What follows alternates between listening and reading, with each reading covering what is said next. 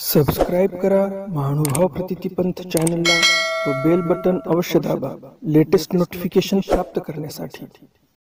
दंडवत प्रणाम। जय श्री कृष्ण। लीळा चरित्राच्या आजच्या सत्रामध्ये आपण पाहणार आहोत स्वामींनी ताकवताची भाजी कशी रांधवली म्हणजे कशी तयार केली। स्वामींनी स्वतः भाजी तयार केलेली आहे बरं का। महत्वाची लीळा आहे। या लीळेला काही एक वेगळ्या प्रकारचं महत्व आहे। पुन्हा ते महत्व कसं आहे, का महत्व आहे या लीळेला, हे आपण या व्हिडिओमध्ये सविस्तर पाहणारच आहोत। या लीळेबरोबरच आपण दुसरी 2-3 लीळा पाहणार आहोत। भटा पातलेपण अनुवादू, पंचगंगा अनुवादू आणि मंडळीकू विज्ञापने, स्त्री भेटी, अशी हे 3-4 चरित्र आपण आजच्या सत्रामध्ये पाहणार आहोत। हे चारही चरित्र तुम्हाला नक्कीच आवडणार आहेत। या 4 चरित्रामध्ये जे काही आपल्याला शिकायला मिळणार आहे ते अत्यंत महत्त्वपूर्ण आहे। त्याचं सूक्ष्म निरीक्षण करून मी तुम्हाला चांगल्या प्रकारे विस्तार करून हे चरित्र समजावून सांगणार आहे। आणि त्यामुळे तुम्हाला वाटत असेल या चरित्रातून भरपूर काही आपल्याला शिकायला मिळावं तर हा व्हिडिओ शेवटपर्यंत पहा, म्हणजे तुम्हाला या स्वामींच्या चरित्रातून बरंच काही समजणार आहे जे तुम्हाला नित्यदिनीच्या जीवनामध्ये उपयोगी येणार आहे। तर जास्त उशीर न करता चला तर आज काय नवीन ज्ञानार्जन करूया। दंडवत हो। मी ईश्वरदास महानुभाव सर्वांचं स्वागत करतो आपल्या महानुभाव प्रतितिपंथी या YouTube चॅनलमध्ये। तुम्हाला असेच ज्ञानवर्धक व्हिडिओ आवडत असतील तर हे चॅनल तुमच्यासाठी आहे, कारण या चॅनलवर दररोज ज्ञानवर्धक व्हिडिओ मी अपलोड करत असतो ज्यामध्ये नवनवीन स्वामींचे चरित्र तुम्हाला ऐकायला मिळतात आणि त्या चरित्रातून आपल्याला काय शिकायला पाहिजे, आपण काय अंमलात आणलं पाहिजे हेही आपल्याला कळते। तुम्हाला असेच व्हिडिओ दररोज ऐकण्याची इच्छा असेल तर लगेच चॅनलला सबस्क्राईब करा, बेल बटन दाबा आणि ऑल ऑप्शन सिलेक्ट करा, म्हणजे तुमच्याकडून भविष्यामध्ये मी व्हिडिओ अपलोड केलेले एकही सुटणार नाही। सर्वप्रथम तुम्हाला नोटिफिकेशन येईल आणि सर्वप्रथम तुम्ही तो व्हिडिओ पाहू शकाल। आजचा लीळा क्रमांक आहे लीळा चरित्र उत्तरार्ध लीळा क्रमांक 105। ताकवताची भाजी रांधवणे। स्वामींनी ताकवताची भाजी बाईसाला करायला लावली। पाठभेदानुसार काही महानुभाव म्हणतात स्वामींनी तयार केली भाजी। पाठभेद बरेच काही आहेत, ते पाठभेदही आपण पाहणारच आहोत आणि चरित्रही आपण पाहणारच आहोत। तर स्वामींनी ताकवताची भाजी रांधवणे म्हणजे बाईसाला रांधवायला लावली, म्हणजे स्वयंपाक तयार करायला लावला। स्वयंपाकामध्ये ताकवताची भाजी स्पेशली तयार करायला लावलेली आहे। एकुदी गोसाव्या लागोनी कोणे नेणो कोवळा ताकवतो आणिला, मग तो गोसावी निसिला। बघा, स्वामी स्वतः भाजी निसत आहेत। कोणीतरी स्वामींच्या दर्शनाला येताना ताकवताची भाजी आणली होती आणि ती भाजी स्वामी स्वतः निसतात। चरित्र किती विशेष आहे तुम्हाला सुरुवातीलाच कळालं असेल आणि या चरित्राची विशेषता काय आहे हेही तुम्हाला समजणारच आहे। व्हिडिओ फक्त तुम्ही शेवटपर्यंत पहा। गोसावी ती ठाई मोडीती। स्वामी 3 ठिकाणी भाजी मोडायची, म्हणजेच काय, निसताना काय करायचे, जसं आपण मेथीची भाजी निसतो तर त्यामध्ये काय 2 ते 3 ठिकाणी अशी मोडली ती भाजी की काडी वेगळी होऊन जाते, पानं वेगळी होऊन जातात। 3 ठिकाणी मोडणी किंवा 4 ठिकाणी, जसे पानं जास्त असतील त्याप्रमाणे आपल्याला ती भाजी निसावी लागते आणि मोडावी लागते। तर इथे चरित्रकार आपल्याला सांगतात की स्वामी 3 ठिकाणी मोडायचे। जे तांदूळ जो आणलेला होता, जो ताकवत आणलेला होता, तो ताकवत 3 ठिकाणी मोडायची आणि ती भाजी मोकळी होऊन जायची, काडी बाजूला राहायची आणि पानं स्वामी घेऊन टाकायचे। फक्त 3 ठिकाणी मोडण्याची गरज होती, अशी छान भाजी होती ती। सर्वज्ञ म्हणितले बाई आधन ठेवा हिंगू लावा, बाईसी आधन ठेविले हिंगू घातला आधन तापले। स्वामी म्हणतात बाई आधन ठेवा, गरम पाणी ठेवा। आधन म्हणजे काय, चुलीवर गरम पाणी ठेवणे, जसं आपण डाळ शिजण्यासाठी ठेवतो त्याला म्हणतात आधन ठेवणे। हिंगू लावा, त्याच्यामध्ये हिंग टाका। बाईसी आधन ठेविले हिंगू घातला, आधन ठेवलं बाईसांनी, त्याच्यामध्ये हिंग टाकला। आधन तापले म्हणजे पाणी गरम झालं, उकळी यायला लागली पाण्याला। मग गोसावी ताकवतू घातला, स्वामींनी स्वतःच ताकवताची भाजी त्याच्यामध्ये टाकली। बाईसी मीठ घातले, बाईसांनी त्याच्यामध्ये मीठ घातलं। त्या काळामध्ये कोणतं मीठ होतं, त्या काळामध्ये फक्त शेंबेलोण होतं। शेंबेलोण म्हणजे काय, कोणी त्याला शेंबी मीठ म्हणते, कोणी सेंधाव नमक म्हणते, तर वेगवेगळ्या भागामध्ये वेगवेगळे नाव आहेत त्याला। तर स्वामींच्या काळामध्ये हे मीठ वापरायचे। हे आताचं आयोडाइज्ड नमक वगैरे वगैरे असे काही मीठ त्या काळात नव्हते, हे नंतर निघाले मीठ। आणि याने मग ब्लड प्रेशर वाढत आहे काय, मग नंतर डॉक्टर म्हणतात मीठ कमी खा, सुरुवातीला जाहिराती करतात आयोडाइज्ड मीठ खा, आणि ते जास्त खाल्लं की मग काय होते, त्याचे साईड इफेक्ट होतात. मग म्हणतात मीठ खाऊ नका. म्हणजे हे हल्लीचं जे विज्ञान आहे निव्वळ थर्ड क्लास विज्ञान आहे. आता तुम्हाला असं वाटत असेल एवढे वैज्ञानिकांनी कामं केले, एवढं जग पुढे गेलं. कशाचं डोंबलं जग पुढे गेलं? एवढं मोठं लॉकडाऊन येऊन गेलं जग पुढे. कशाचं पुढे गेलं जग? लॉकडाऊन कशामुळे झालं? माणसांमुळेच झालं लॉकडाऊन. माणसानेच काहीतरी जास्तीची उचापत्या केल्या. काही जग पुढे गेलेलं नाही, मातीत घातलेलं आहे जग या लोकांनी. वैज्ञानिकांनी फार संशोधन केली, अमकं केलं तमकं केलं. आता जास्त लांबची गोष्ट कशाला, ताजं उदाहरण सांगतो तुम्हाला. सुरुवातीला हेच डॉक्टर ओरडत होते, रेमडेसिवीर इंजेक्शन द्या, रेमडेसिवीर इंजेक्शन द्या, रेमडेसिवीर इंजेक्शन द्या म्हणायचे. 1400चं इंजेक्शन 5000ला झालं, 5000चं इंजेक्शन 25000ला झालं, 25000चं इंजेक्शन 50,000पर्यंत पण गेलं. एका पेशंटचे 1.5 लाख बिल केले, 2-2 लाख बिल केले. आणि तेच इंजेक्शन देऊ देऊ आता ब्लॅक फंगस तयार झाला. ब्लॅक फंगसचं रूपांतर आता व्हाईट फंगस पुन्हा निघाला म्हणे अजून. म्हणजे आहे का तारतम्य या डॉक्टरांना पण? काय साईड इफेक्ट्स होतील त्या औषधीने काही माहिती नाही. देऊन टाकायचं. 1400चं इंजेक्शन होतं दवाखान्यात पडलेलं किंवा मेडिकलमध्ये पडलेलं, 5000ला विकता येणं जाऊ द्या. एका व्यक्तीला 2-2 इंजेक्शन एका दिवसात. आणि सांगायचं म्हणजे ते स्टेरॉइड्स आहेत. स्टेरॉइड्स एवढे भयंकर परिणाम करतात या शरीरावर की या जगाच्या पाठीवर दुसरं कोणती औषधीच नाही तशी परिणाम करणारी. स्टेरॉइड्स म्हणजे भयंकर दुष्परिणाम देणारे शरीरावर. स्टेरॉइड्स फक्त फारच माणूस मरायला टेकलेला आहे आणि आता त्याला स्टेरॉइड्स देऊन टाका. जगला तर जगला, मेला तर मेला. तसे इंजेक्शन यांनी भरभरून कागदावर लिहून दिले आणि 4-4, 5-5 इंजेक्शन देऊन टाकले. माणूस तर नीट झाला, लगेच कोरोना नीट झाला आणि घरी गेला आणि ब्लॅक फंगस झाला आणि डोळे कामातून गेले. तोंडावर काळी बुरशी, तोंडामध्ये काळी बुरशी व्हायला लागली. काय काय व्हायला लागलं? कशाचं विज्ञान पुढे गेलं? हे मीठ जे सांगतात आयोडाइज्ड खा, हे खाऊ नका. जे सेंधव नमक भेटते, सेंधव मीठ भेटते दुकानामध्ये, ते खा. दगड आणायचे, दगड असे मोठे भेटतात सेंधव मिठाचे असे दगड भेटतात मोठे. घरी आणायचे, कुटायचे आणि खायचे. ना बीपीचं टेन्शन, ना कशाचं टेन्शन, काहीच होणार नाही तुम्हाला. स्वामी इथं कोणतं मीठ खात आहेत? तेच मीठ खात आहेत. स्वामींच्या काळामध्ये समुद्राकडे जा, वाफे करा, तिथलं मीठ आणा, बैलगाड्या भरा, शॉर्टच नव्हता. तर त्या काळामध्ये सेंधव मीठ खायचे आणि ते मीठ आरोग्याला खूप लाभदायक आहे. स्वामींनी भाजी टाकली, बाईसांनी मीठ घातलं. सर्वज्ञ म्हणितले, स्वामी म्हणतात बाई आणि का मीठ घाला. स्वामी म्हणतात बाई मीठ थोडंसं कमी पडलंय तुमच्याकडून, थोडंसं अजून मीठ टाका, पूर्ण लोण करा, म्हणजे आळणी करू नका, व्यवस्थित भाजी झाली पाहिजे. मग बाईसी आणि का मीठ घातले, दुसरं मीठ टाकलं अजून पुन्हा कमी पडलं म्हणून. आणि बाईसी दाखविला बाबा शिजला. आणि मग बाईसांनी स्वामींना आणून दाखवली भाजी. बाबा ताकवत शिजला का बरं, बघा बरं तुम्ही. सर्वज्ञ म्हणते बाई नावे का शिजवू द्या. स्वामी म्हणतात बाई भाजी थोडीशी कच्ची वाटते, थोडी शिजू द्या. स्वामींनी स्वतः हाताने पाहिलं, भाजी हातात घेतली, शिजली का ते पाहिली. आणि स्वामी म्हणतात थोड्या वेळ अजून शिजू द्या. मग नावे कशी शिजला, मग उतरिला. मग थोड्या वेळाने भाजी शिजली आणि मग ते जे काही मडकं असेल ते मडकं उतरवलं खाली. मग गोसावी उतरिता तेल घातले. बघा तेल कधी घातलं स्वामींनी, भाजी करण्याची पद्धत बघा त्या काळातील स्वामींची. सर्व शिजत आल्यानंतर वरून तेल टाकलेलं आहे. आता ह्या मागचं काय कारण असू शकते बरं? देवांनी केलं म्हणजे यामागे काही चूक असेल अशातला तर काही भाग नाही. जसं आता आपण हल्ली बघतो, प्रत्येक बाई घरी भाजी करत असताना गरम गरम तेलामध्ये तिख्या, जिरं, लसण, कांदा हे चांगलं कढू देते आणि नंतर फोडणी बसते, चांगला तडका बसते आणि मग म्हणतात भाजी एकदम खमंग झालेली आहे, चमचमीत झालेली आहे. स्वामीने तर इथं उलट केलं. मग आता तुम्ही बरोबर आहात की स्वामी बरोबर आहे? काय वाटते तुम्हाला? स्वामींनी अशी भाजी केली, सगळं झाल्यावर तेल टाकलं, म्हणजे यामागचं काय कारण असू शकते?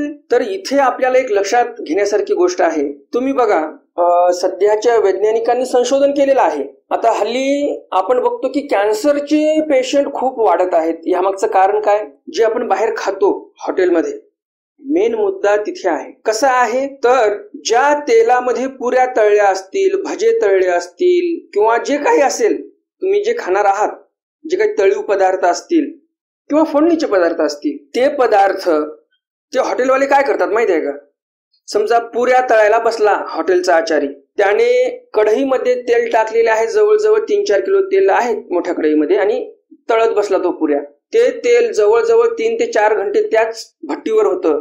पहिलं पुऱ्या तळल्या, नंतर नायलॉन साबुदाणा तळला, उपवास कोणाला असेल त्यांच्यासाठी, नंतर भजे तळले, नंतर त्यामध्ये समोसे तळले, नंतर कचोरी तळली, नंतर दिवसभर ते तेल उकळतच होतं. आणि ज्यावेळेस ते तेल उकळून काय होते, त्याच्यामधले जे काही जीवनावश्यक तत्व होते ते सर्व जळून गेले. मग ते काय करतात लोक, तेच 4 किलो जे तेल होतं ते संध्याकाळपर्यंत 3 किलो उरते. ते 3 किलो तेल पुन्हा एका पिप्यात टाकून ठेवतात. त्या पिप्यामध्ये कालचंही तेल होतच पडलेलं. दुसऱ्या दिवशी पुन्हा तेच काळं झालेले तेल टाकतात कढईमध्ये. कढई पहिलंच काळी असते, त्याच्यातलं तेल चांगलं आहे की खराब आहे तुम्हाला तरी काय कळणार आहे? काळ्या कढईत काळं तेल किती दिवसाचं जळून त्याच्यामध्येच पुन्हा पुऱ्या तळून तुम्हाला खाऊ घालतात. ते पुऱ्या ज्या असतात तळलेल्या त्या फार हानिकारक शरीरासाठी, तशा तेलामध्ये तळलेल्या. कारण काय होते, त्याच्यामधले जे तेलामधले जे जीवनावश्यक घटक असतात ते फुटून जातात, तुटून जातात, नष्ट होतात. आणि त्यामध्ये जे मॉलिक्युल्स असतात ते सगळे विघटित होऊन जातात. आणि ते तेल नाही राहत तर ते एक प्रकारचं विष होते. आणि ते तेल, ते विष, त्या विषातून जे काही तळल्या जातील पदार्थ तेही विषच होतील. आणि ते तुम्ही खाल्ल्यानंतर लगेच तर नाही मरणार. 5 वर्षांनी 10 वर्षांनी दररोज खाऊन एके दिवशी तुम्हाला कॅन्सर होणार. आणि मग आयुष्यातली जी काही कमाई होती तुमची 5-10 लाख 20 लाख रुपये मागे टाकलेली, त्यापैकी 15-1 लाख रुपये तर तुम्ही नक्कीच घेणार मग त्याच्यातले दवाखान्यासाठी. तर परिस्थिती काय दिसते आपल्याला? स्वामी इथे भाजी झाल्यावर तेल टाकतात आणि आपण तेल गरम करतो, त्याच्यातले जे काही जीवनावश्यक तत्व आहेत ते मरतात आणि नंतर आपण ते तेल ग्रहण करतो, खातो. सर्वच मरतात असं म्हणत नाही मी. जे काय तुम्ही घरी दररोज फोडणी देता सर्वच मरतात असं नाही, परंतु मरतात एवढं निश्चित काही प्रमाणात. जसं तुम्हाला माहिती असेल, जुन्या काळामध्ये डॉक्टर ज्या वेळेस एखाद्या खेड्यात जायचा, त्याच्याकडे 1 किंवा 2 इंजेक्शन असायचे, काचेचे असायचे ते पण. आणि तो काय करायचा, एखाद्या व्यक्तीला इंजेक्शन दिलं की मग तो काय करायचा, गरम पाणी आणायला लावायचा, उकळत्या पाण्यामध्ये ते इंजेक्शन टाकायचा, स्वच्छ करून घ्यायचा गरम पाण्याने. म्हणजे काय, तर गरम पाण्याने ते जीवजंतू मरून जातात. आणि पुन्हा तेच इंजेक्शन दुसऱ्याला लावायचा. म्हणजेच काय, गरम पाण्याने इंजेक्शन वरचे जे जीवजंतू होते ते मेले.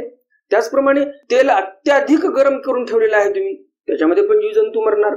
म्हणजे पैसे खर्चून चांगलं तेल आणायचं आणि त्याला तळून त्याच्यातलं सगळं जीवनावश्यक तत्व मारून मग खायचं, हे चुकीचं आहे.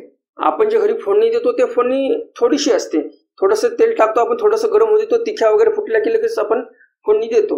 परंतु याही पेक्षा वेगळी पद्धत स्वामींनी आपल्याला इथे दाखवून दिलेली आहे भाजी तयार करण्याची. नंतर तेल टाकलेलं आहे.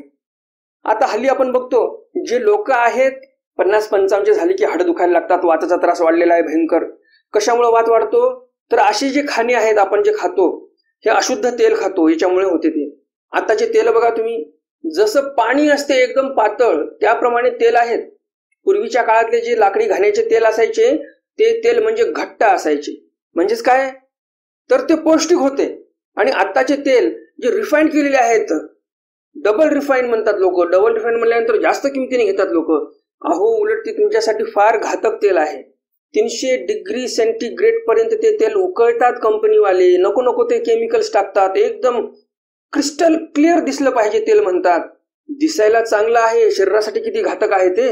जुन्या काळातील लाकडी घाण्याचे तेल महत्वाचे, शरीरासाठी अपायकारक बिलकुल नव्हते, पौष्टिकच होते ते. तर आपण या आधुनिक काळातील जे काही लोक आहेत यांच्या संशोधनामधून जे काही निर्माण झालेलं आहे त्यापासून दूर राहिलेलंच बरं आहे. तर असो, स्वामींनी इथे भाजी शिजल्यानंतर तेल टाकून ठेवलेलं आहे बरं का, हे लक्षात असू द्या. आणि स्वामींनी केलं म्हणजे 100% ते बरोबरच आहे, यामध्ये शंका घेण्याचं काही एक कारण नाही. मग गोसावी सिंहस्थळीवरी बीजे केले, तेथ गोसावी सिंहासन झाले. मग स्वामी सिंहस्थळीवर गेले, तिथे स्वामी आसनस्थ झालेले आहेत. आताच जे तुम्ही सिंहस्थळीचं स्थान पाहिलेलं आहे, जुनं दगडी मंदिर बांधलेलं आहे त्यावर, तर ते ठिकाण बरंच खाली गेलेलं आहे. तिथल्या ठिकाणचे बरेच विशेष काढून नेलेले आहेत जुन्या लोकांनी आणि ते ठिकाण तेवढं खाली गेलं. जसं तुम्हाला वरचं स्थान ज्या लेवलला दिसते, वरचे जे स्थान आहेत 1-2, त्या लेवलला ते शिन्नस्थळीचं स्थान होतं. तेवढी दरड ते उंच होती, परंतु आपल्या पूर्वजांनी तिथले विशेष काढून मग ते स्थान बरंच खाली गेलं आणि नंतर मग त्यावर मंदिर बांधण्यात आलं. तर अशा प्रकारे त्या ठिकाणी देव जाऊन बसलेले आहेत. देवाला तिथे प्रशस्त वाटायचं, स्वामींना तिथे छान वाटायचं, करमायचं आणि म्हणून देव तिथेच बसायचे. विशेष मनोधर्म होता शिन्नस्थळीवर. तिथे चांगल्या लीळा घडलेल्या आहेत. आणि हे ताकवताची भाजी तयार झाल्यावर पुन्हा स्वामी तिथेच जाऊन बसलेले आहेत. गोसावी तेथची भाजी आणविली. स्वामींनी तिथंच भाजी आणायला लावली बाईसांना. बाई येथची भाजी आणा, बाईसी भाजी आणली. मग सर्वज्ञ म्हणतले बाईसांनी भाजी पण आणली नाही. मग स्वामी म्हणतात, कांगा ताटे काढीच तीना. भक्तजन म्हणतात, का हो तुमचे ताट काढा ना. जी मग भक्तजनी पाखाणाच्या तळिया आपणिया जेवाव्या केलिया होतिया. आणि मग भक्तजन म्हणतात, ठीक आहे काढतो आम्ही. आणि मग भक्तजनांनी काय काढलं? पाखाणाच्या तळिया, म्हणजेच दगडाच्या चिपा होत्या त्यांनी तयार केलेल्या जेवणासाठी, त्याच चिपा काढलेल्या आहेत.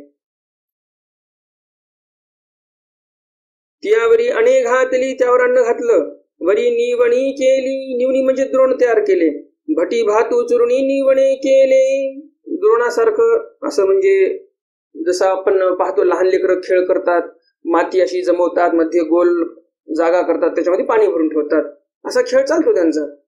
तर तसं यांनी काय केलं, भटोबासांनी ताकवताची भाजी घ्यायची आहे आणि म्हणून भात जो असतो त्या भाताला चुरून व्यवस्थित अशी गोल एक निवणी तयार केलेली आहे, द्रोण तयार केलेला आहे आणि त्यामध्ये मग ते भाजी त्यांनी घेतलेली आहे. मग गोसावी तिने चूळ पाणी घालती, 3 चूळ पाणी, आणि करांगुळ्या भाजी घालती, 3 चूळ पाणी, आणि करांगळीनं ते पाला टाकायचे ताकवताचा, म्हणजेच भाजी टाकायचे. तर अवघ्या भक्तजनाची निवणी गळीनली. सर्व भक्तजनांनी पण तसेच आळे केले होते, द्रोण केले होते, सर्वांची गळायला लागले. स्वामींनी पाणी टाकलं, वर भाजी टाकली आणि काय व्हायचं, भात असा भगर भगर होता आणि त्या भगर भगर भातामधून पाणी असं बाहेर निघून जायचं. आणि भटोबासांनी काय केलं होतं, भात चांगला चुरला होता, जणू काही भाताचा चिखल केला आणि मग त्यांनी ते द्रोण तयार केलेलं आहे, आळ तयार केलेलं आहे भाजी घेण्यासाठी. पाणी सांडले भटाचे न गळेची. सर्व भक्तजनांच्या ताटातील पाणी सांडून गेलं, त्या द्रोणातून बाहेर निघून गेलं.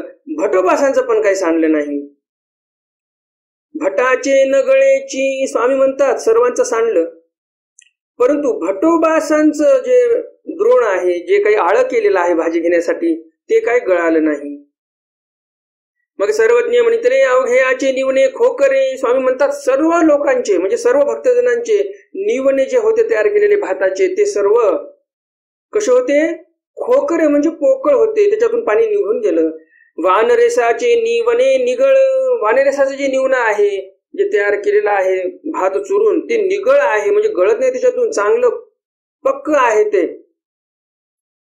एक थेंबही पाणी त्या द्रोणाच्या बाहेर निघालेलं नाही. मग भक्तजन तृप्तीपर्यंत जेविले, ती भाजीची रुची त्याची जाणती. मग भक्तजन तृप्त पर्यंत ते भाजी जेवलेले आहेत आणि त्या भाजीची गोडी, ते गोडी त्या भक्तजनांनाच माहीत, आपण काय जाणणार बापडे, असे इथे आपल्याला चरित्रकार सांगतात. हे झालं चरित्र.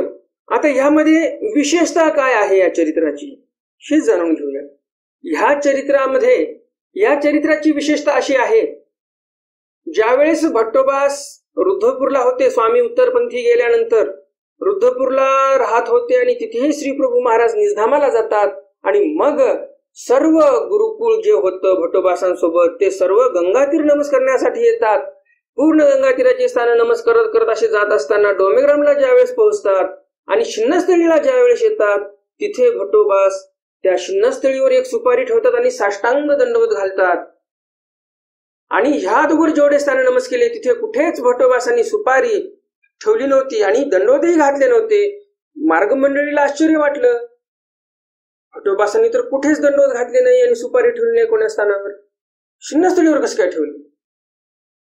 ज्यावेळेस विचारणा करण्यात आली त्यावेळेस भटोबासांनी सांगितलं, जे ताकवताची भाजी होती आम्ही खाल्लेली स्वामींच्या सन्निधानामध्ये, त्या ताकवताच्या भाजीची जी लीळा होती ती लीळा मी साक्षात इथे पाहिलेली आहे. मला साक्षात स्वामींनी दर्शन दिलं या शिन्नस्थळीवर, जशाच तशी लीळा मला इथे दिसलेली आहे ती. आणि ते पाहिल्यानंतर मला खूप बरं वाटलं, मी खूप भावुक झालो आणि मग मी तिथे सुपारी ठेवली आणि दंडवत घातले. तर या चरित्राची ही विशेषता आहे आणि शिन्नस्थळी या स्थानाची ही विशेषता आहे की देव उत्तरपंथी गेल्यानंतर भटोबासांना तिथं पुनरुपी दर्शन दिलं आणि तिथे ताकवताची भाजीच दाखवलेली आहे. स्वामींनी नागदेवाचार्यांना कशी लीळा घडली होती ते पुनश्च एकदा लीळा दाखवलेली आहे स्वामींनी. आणि ते लीळा साक्षात जणू काही भटोबास पाहत आहेत, समोरच घडत आहे असं भटोबासांना वाटलं आणि म्हणून त्यांनी सुपारी ठेवली आणि साष्टांग दंडवत घातलेले आहे. तर ही त्या लीळेची विशेषता आहे. ताकवताच्या भाजीची जी लीळा आहे याची ती विशेषता आहे आणि त्या शिन्नस्थळी स्थानाची पण विशेषता आहे की फक्त तेवढं एक स्थान आहे ज्या स्थानावर स्वामींनी दर्शन दिलं स्वतः उत्तरपंथी गेल्यानंतर पण. तर लक्षात असू द्या, खूप महत्वाची लीळा होती. उत्तरार्ध लीळा क्रमांक 106 भटा पातलेपण अनुवादू. स्वामींनी भटोबासांना पातलेपणाविषयी अनुवाद केलेला आहे. एकुदी गोसाव्याच्या दर्शना ब्राह्मण एकू आला. एके दिवशी स्वामींच्या दर्शनाला एक ब्राह्मण आला. गोसाव्यासी दंडवते घातली, श्रीचरणा लागला. स्वामींना साष्टांग दंडवत घातले त्या ब्राह्मणाने आणि पायाही पडला. नाविक गोसावी आपासी बैसला होता. मग गोसावी तयासी पाठवणी ती धली. स्वामींजवळ थोडा वेळ बसतो तो आणि मग स्वामी म्हणतात, आता तुम्ही जा. ते निघता अपार दुःख करू लागले. निघताना तो ब्राह्मण खूप दुःख करायला लागलेला आहे. मागवते गोसाव्या ते पुस्ती, मागवते पुस्ती. मग निघाले. पुन्हा पुन्हा देवाला म्हणायचे, देवा आता जाऊ का मी, देवा आता येऊ का मी, देवा आता येऊ का मी, असं पुन्हा पुन्हा विचारायचे. येऊ का म्हणजे काय? आपण जसं म्हणतो एखाद्या माणसाला आता निघालो आपण की मी तो आता यावं का मग आम्ही, आता यावं का मग आम्ही, असं बोलतो आपण. तर तसं हा ब्राह्मण म्हणायला लागलेला आहे. तसं हा ब्राह्मण म्हणायला लागलेला आहे की देवा आता येऊ का मग मी. तर दुःख व्हायचं त्याला स्वामींपासून दूर जाण्याचं, परंतु तरीही स्वामी जाय म्हटले म्हणून तो निघून जातो. मग निघून गेला. मग भटोबासी म्हणते, जी जी अशी ऐसे दुःख उपजत आहे आम्हा का न उपजे. भटोबास म्हणतात, जी जी या ब्राह्मणाला किती दुःख होतं तसं दुःख आम्हाला का होत नाही. सर्वज्ञ म्हणितले. यावर स्वामी म्हणतात, यासी पातले पण नाही, तुम्हासी पातले पण असे. स्वामी म्हणतात, अरे या ब्राह्मणाच्या ठिकाणी काही पातले पण नाही आणि तुझ्या ठिकाणी पातले पण आलेला आहे. ऐसे सांगितले, असं सांगितलं. आता पातलेपण म्हणजे काय नेमकं? पातलेपण म्हणजे तेवढीशी आवडी नसणे. पातळपण कशा प्रकारे आलेलं आहे ते तुम्हाला सांगतो. एक छोटंसं उदाहरण देतो. एखादा मुलगा आहे, त्या मुलाला मोबाईलची खूप आवडी आहे. हल्ली कोणाला नाही मोबाईलची आवडी, सर्वांनाच आवडी आहे म्हटलं तरी चालेल. मोजके काही लोक असतील ज्यांना आवडी नाही ते सोडून द्या, परंतु मॅक्झिमम अधिकतम लोकांना आवडी आहेच मोबाईलची. तर एका मुलाला अशीच आवडी होती मोबाईल घेण्याची. त्याच्याकडे कीपॅडचा पण मोबाईल नव्हता. त्याची इच्छा होती अँड्रॉइडचा मोबाईल घ्यायची. योगायोगाने बऱ्याच वर्ष नंतर त्याला तो मोबाईल मिळाला. मोबाईल मिळेपर्यंत त्याची एवढी उत्सुकता होती, एवढी आवडी होती त्या मोबाईलच्या ठिकाणी की ज्याच्याकडे मोबाईल असेल त्याच्याजवळ जाऊन बसायचा, त्या मोबाईलकडे पाहायचा, किंवा दुकान असतील असे मोबाईलचे मोठे मोठे तर त्या दुकानाच्या बाहेर उभं राहून उगाच पाहायचा. एवढी आवडी, सदोदित दिमागमध्ये फक्त मोबाईल चालायचा, मोबाईल कधी भेटेल मला. आणि मग तो मोबाईल घेतो आणि घेतल्यानंतर त्याचं आकर्षण फक्त 8-15 दिवस राहते. जेवढं आकर्षण पूर्वीचं होतं तेवढं आकर्षण राहत नाही त्या मोबाईलच्या ठिकाणी. मोबाईल एकदा भेटल्यानंतर तुम्ही विचार करा, तुमचीच परिस्थिती बघा. तुम्ही ज्यावेळेस मोबाईल घेतला किती तुमच्यामध्ये हुरूप होतं, अरे मोबाईल घेतला मोबाईल घेतला मोबाईल घेतला. त्या मोबाईलला तीनदा पुसायचं, त्या मोबाईलला व्यवस्थित ठेवायचं आणि मग महिना होऊन जाऊ द्या, मग त्या मोबाईलचे काय हाल होतात बघा. तुम्हीच तुमच्याच याच्यावरून बघा. तुमची आवडी राहते का त्या मोबाईलच्या ठिकाणी जेवढी मोबाईल घेण्याच्या अगोदर होती? नाही. तर तो मुलगाही तसाच करतो. मोबाईल भेटला की मग काही नाही, महिनाभर जर असं त्याला फार सांभाळतो, खूप त्याला आवडी राहते आणि मग नंतर काय आवडी राहत नाही त्याच्यामध्ये तेवढी. तसं भटोबास हे परमेश्वराच्या ठिकाणी सन्निधानी राहायचे आणि म्हणून परमेश्वराची एवढी आवडी नाही राहिली जेवढी या ब्राह्मणाची त्या ठिकाणी आवडी होती. आणि म्हणून देव म्हणतात की त्या ब्राह्मणाच्या ठिकाणी पातलेपण नव्हतं आणि तुमच्या ठिकाणी पातलेपण आलेलं आहे आमच्या सन्निधानामध्ये राहून, असं स्वामी सांगतात. उत्तरार्ध लीळा क्रमांक 107. पंचगंगा अनुवादू. स्वामींनी पंचगंगा असा अनुवाद केला. कोणाचा अनुवाद केला, का अनुवाद केला, हे सविस्तर समोर येणारच आहे. देगावीचा एक ब्राह्मण होता, ते 5 कन्या. देगावीचा एक ब्राह्मण होता, त्याला 5 मुली होत्या. त्या 5 विधवा, 5ही मुली विधवा झालेल्या होत्या. विधवा म्हणजे काय? आता विधवा म्हणजे तुम्हाला माहिती आहे, ज्या बाईचा मालक मेलेला आहे तिला विधवा म्हणतात. परंतु विधवा या शब्दाचा शब्दशः अर्थ काय? शब्द फोड करून, संधी विग्रह करून काय अर्थ निघतो? तर अर्थ असा आहे, विगत धवा ते विधवा. धव म्हणजे काय? पहिले याचा अर्थ जाणून घ्यावा लागेल आपल्याला, आणि नंतर विधवेचा अर्थ आपल्याला समजेल. जसं तुम्हाला माहिती असेल, आपण श्रीकृष्ण महाराजांना माधव असं बोलतो. मा म्हणजे माया, धव म्हणजे काय? पती, मालक. मायेचा पती, मायेचा मालक जो आहे तो परमेश्वर आहे. म्हणजे श्रीकृष्ण महाराज मालक आहेत मायेचे, आणि म्हणून आपण श्रीकृष्ण महाराजांना माधव म्हणतो. मग आता श्रीकृष्ण महाराजांनाच माधव म्हणता येते का? नाही. जेवढे कोणते ईश्वर अवतार असतील, जे चैतन्य मायेचे मालक आहेत, ते सर्व ईश्वर अवतार माधवच आहेत. तर आता लक्षात आलं का धव या शब्दाचा अर्थ काय? मालक. तर आता तुम्हाला विधवा या शब्दाचा अर्थ समजून जाईल. वि म्हणजे विगत. विगत म्हणजे निघून गेलेला आहे. कोण? धव म्हणजे मालक, पती. या बाईचा पती निघून गेला, मरून गेलेला आहे, म्हणून तिला विधवा बोलतात. विगत धवा, ज्या बाईचा मालक निघून गेलेला आहे, मृत पावलेला आहे, म्हणून त्या बाईला विधवा बोलतात. म्हणून इतया ते पांचरांडा आला, पंचरांडा गेला ऐसे म्हणती. मग गावातील लोक फारच विचित्र असतात. काय म्हणायचे या माणसाला? तोंडावरच म्हणायचे, पंचरांडा आला. 5 मुली आहेत, 5ही मुलीचे नवरे मेले, घरी येऊन बसलेले आहेत, रांडव झाल्यात मुली, आणि म्हणून पंचरांडा या असं लोक म्हणायचे. पंचरांडा आला आणि पंचरांडा गेला असं म्हणायचे. ऐसे म्हणती तेने तो ब्राह्मण जळे. आणि अशा या शब्दामुळे तो ब्राह्मण जळायचा. मग तो एक उदी गोसाव्याच्या दर्शना आला, आणि सर्वज्ञ म्हणितले, भटो तुमची या पंचगंगा केणी असती. तोच ब्राह्मण एके दिवशी स्वामींच्या दर्शनाला आला, आणि स्वामी त्यांना काय म्हणतात? भटो, तुमच्या पंचगंगा चांगल्या आहेत का? इतक्या दिवस त्याला पंचरांडा हा शब्द ऐकण्याची सवय होती, आणि आज अचानकच पंचगंगा हा शब्द कानावर पडलेला आहे. आणि काय म्हणतो मग तो ब्राह्मण? जी जी निवाला, जी जी जी मी निवून गेलेलो आहे, शांत झालेलो आहे. जे माझ्या मनामध्ये अग्नी होता दुःखाचा, तो शांत झालेला आहे, निवलेला आहे. ऐसे माते कवनी न म्हणे जी, असं मला कोणीच म्हणत नव्हतं जी. माते पंचरांडा वांचुनी आळवकी ना जी, मला पंचरांडा या शब्दा व्यतिरिक्त कोणीही बोलत नव्हतं, सर्व पंचरांडाच म्हणायचे मला. मग आले, मग तो ब्राह्मण आला, दंडवत केले, स्वामींना दंडवत करतो, श्रीचरणाला गला, स्वामींच्या पाया पडला. मग नाविक गोसाव्या पाशी बैसले होते. थोड्या वेळ स्वामींपाशी बसतात ते ब्राह्मण. कोण? ज्या ब्राह्मणाला पंचगंगा असं बोललेलं आहे देवानी, तो ब्राह्मण स्वामींपाशी बसतो. मग गोसावी पाठवणी दिली. मग स्वामींनी त्यांना पाठवणी दिली की आता तुम्ही घरी जा. तर अशा प्रकारे हे तिन्ही स्वामींचे चरित्र तुम्हाला नक्कीच आवडले असतील. आणि अजून जर तुम्ही या व्हिडिओला लाईक केले नसेल तर लगेच या व्हिडिओला लाईक करा. जास्तीत जास्त आपल्या वाचनिक मंडळीपर्यंत हा व्हिडिओ शेअर करा, म्हणजे त्यांनाही या ज्ञानाचा लाभ होईल. आजच्या सत्रामधला प्रश्न आहे, ताकवताची भाजी स्वामींनी सर्व भक्तांना खाऊ घातली. तर ही जी लीळा आपण पाहिली, या लीळेची विशेषता काय? या लीळेची विशेषता काय आहे मी तुम्हाला सांगितलीच आहे. तर काय विशेषता आहे या लीळेची, हा आजचा प्रश्न आहे. लवकरात लवकर कमेंट बॉक्स मध्ये उत्तर द्या. आणि पंचगंगा अनुवादू या चरित्रामध्ये लोक त्या ब्राह्मणाला काय नावानं संबोधन करायचे आणि कशामुळे तो दुःखी व्हायचा, हा दुसरा प्रश्न आहे. तर या दोन्ही प्रश्नांची तुम्ही उत्तर नक्कीच देणार अशी अपेक्षा करतो. आणि आजचं सत्र आपण इथेच संपवूया.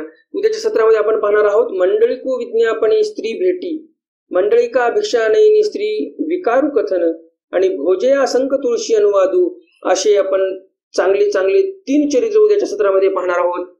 आजचा जो व्हिडिओ आहे तुम्ही अजून लाईक केला नसेल तर लगेच लाईक करा आणि जास्तीत जास्त आपल्या वाचनिक मंडळीपर्यंत हा व्हिडिओ शेअर करा, म्हणजे त्यांनाही या ज्ञानाचा लाभ होईल.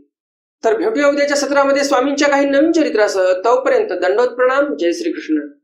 दंडवत हो.